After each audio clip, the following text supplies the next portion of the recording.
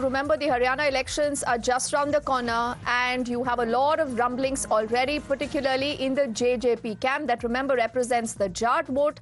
You have another setback for the party now. We are learning 2 more MLAs have resigned from the party. Ram Nivas, Suraj Kheda and Jogi Ram, in fact, are those who've put in their resignation just of late.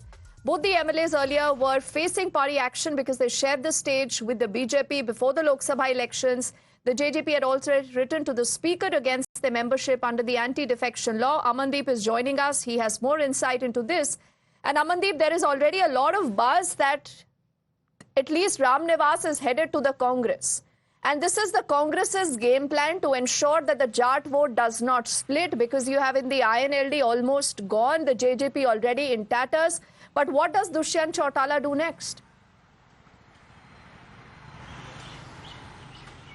Well, Deepti, now the situation is very much paradoxical for JJP. Out of 10 MLAs, 6 have already stepped down from the party, and these 2 MLAs have even resigned from their membership of the assembly also. That means now the JJP has left only with 4 MLA. Existing MLAs are resigning from the party, and in fact JJP is claiming to contest all 90 seats. Dushyant Chautala time and again saying that JJP is all prepared, all set to contest all 90 seats in the state of Haryana in the upcoming elections. But the kind of condition and the kind of political scenario JJP is currently facing, that seems to be like a trouble mounting situation for the JJP.